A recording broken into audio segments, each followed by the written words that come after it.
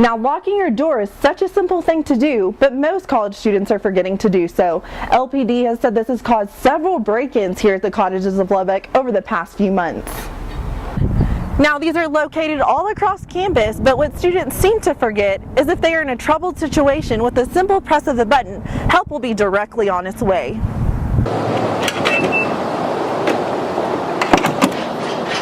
Now, looking back at this time last year, gas prices were at an all-time high, but with the recent oversupply of oil, gas prices have extremely dropped. But how long will these gas prices stay this way?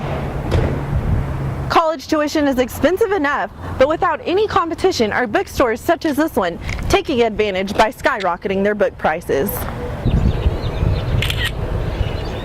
By getting the Mobile Now app on your smartphone, with a click and a snap, students can save time while parking on campus. When considering things to do here in Lubbock, many people forget about the Buddy Holly Center located right here in the heart of the Depot District, which portrays the life and career of local legend Buddy Holly. We're here in Plainview, where we spoke to the county clerk, who said they are simply doing their job by issuing same-sex marriage licenses. Tonight we're covering a series of robberies that have happened across the town of Lubbock. The last one here that happened at 7-Eleven on 4th in Detroit. We're here at the Zoonosis Laboratory Center, where they test a variety of mosquitoes here in Lubbock.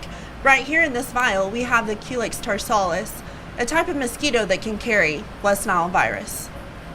We're here at the Lubbock County Courthouse, where for the first time today, same-sex marriage licenses are being issued. Sex trafficking is the fastest growing criminal enterprise in the world, and West Texas is no exception. Ukadrian Tyrell Anderson, 18 of Lubbock, was arrested for forcing an 18-year-old woman into prostitution. The victim believed she would be harmed if she did not comply. Lubbock County Sheriff's Department set up a prostitution sting at a motel in the 900 block of 66th Street. The deputy set up the sting by responding to an ad on Backpage. An undercover officer invited the advertiser to spend 45 minutes with him at the motel. After determining she was trading sex for money, the woman was arrested. The woman denied having a pimp, but later led officers to her boyfriend, Anderson, in another room. Jamie Wheeler, a case manager and sex trafficking victim advocate for Voice of Hope, said there has not been a big difference in case numbers since last year, but there has been more collaboration within the groups working on the issue in the Lubbock area. More awareness is going on, which is good, and so I think there's more reporting going on. There's also been a bigger push, I think, to be looking out for victims and looking into cases and stuff like that. She said there is still more work to be done.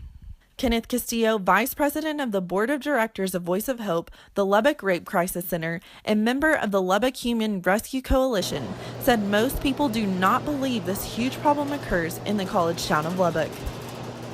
It's that small town mentality that's letting the problem continue to get as bad as it has. They don't realize that we have the internet now, and just guys, I mean, if they want a prostitute at their door, if they're living in Spur, Texas, and Plainview, Texas, and Littlefield, I mean, they can have a prostitute in their door within an hour or two. Sex trafficking is easy to hide from law enforcement, Wheeler said, because a case has to be built against the John or the pimp. Even if the police officers think forced prostitution is occurring, they must have enough evidence before they can arrest the pimps. And the process is complicated.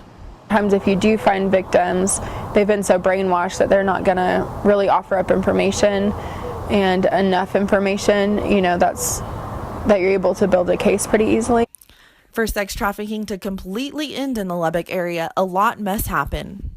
Really, it's going to have to be a cultural shift, and that's one of the hardest parts, because that takes place within people individually and then kind of, brings about to the rest of the culture. But we've got to get to a place in our society that things are not so highly sexualized, that it's not just a normal thing, and I can have what I want when I want it, doesn't matter the cost, and we live in a very spoiled society.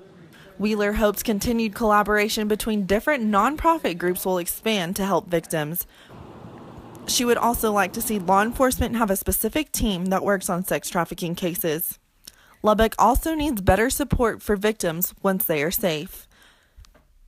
Anyone being victimized can call Voice of Hope, the National Human Trafficking Center hotline, or 911 if someone is in immediate danger.